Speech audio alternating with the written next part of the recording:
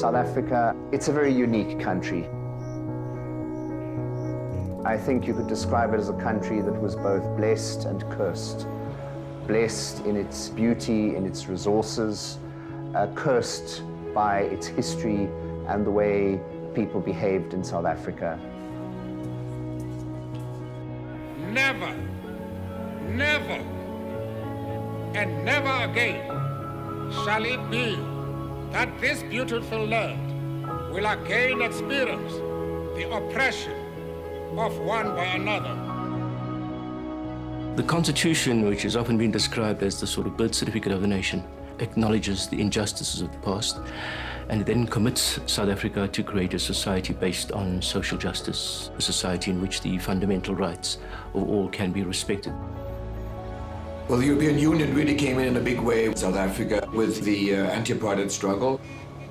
With the big shift which happened here in 1994, we saw ourselves now partnered with the government, with a new democratic dispensation to help this young democracy to roll out poverty-led development programs. Teaming up with the Department of Justice, we started the Foundation for Human Rights as an implementing body for a range of human rights programs. Looking back at the last 2 decades of partnership here, I think we can break it in 3 phases. The first phase very much focused on getting the foundation going. The second phase was access to justice for all, with very, very interesting programs across the country. And now we're in the third phase, with also an interesting program consolidating the notion of socioeconomic rights as an integral part of human rights. South Africa is a country with a very unequal poverty and economic index. If we want to avoid our society becoming embroiled in violence again, it's really important that we use the Constitution to begin to deal with these inequalities. And when you do that, how do you ensure that people not only understand the Constitution, but also know where they can go to if they need help to realize and enforce those rights? We have a very sophisticated legal system, but the reality is that many people battle to access that system. And so the promise of all these rights often ring hollow to millions of people. Again, the role of civil society organizations in just providing simple advice on a pension, on a grant, on the loss of a loved one, on the dispossession of a home. Those are important things. South Africa is the country where the inequality is existing, where we have the rich and the poor. But with the Foundation for Human Rights, with the support of the European Union and the South African government, we praise it for putting this access to justice on the table for the have-nots also to have a platform.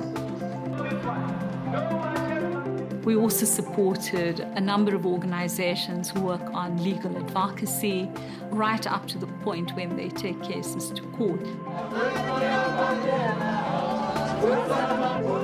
So litigation played an absolutely vital role in holding up the idea that the promise of the Constitution is not simply rhetoric. It can be converted into meaning for ordinary people.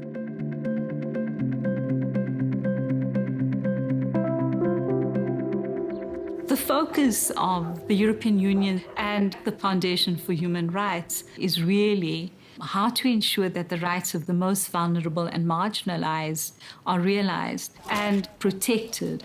How do you strengthen the voices of communities so that they are able to be the agents of their own cause?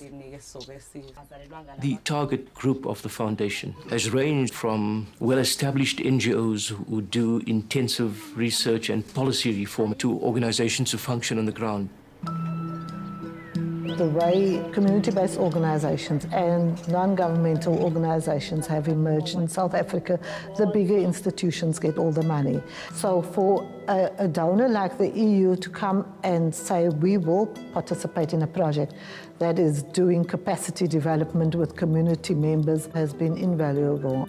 I think it's been an important three-way process. I think that it represents a unique opportunity to build a bridge between civil society and government.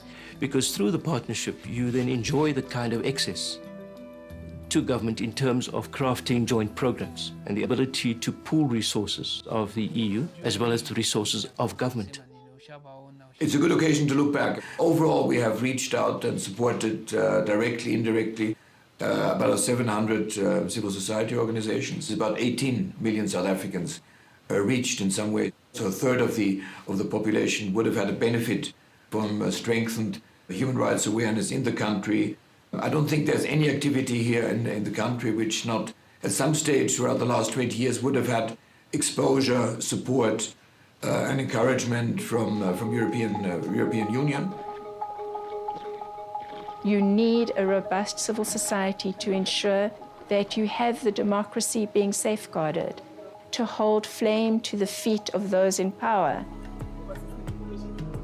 To be very frank, it's really the funding of the European Union that has helped to cement the human rights sector and consolidate the sort of human rights constitutionalism base that we have in South Africa today. The South African government doesn't have enough money because of all the backlogs and budget cuts. With the EU-funded program, there is a lot of work that can be done in terms of rolling out human rights programs.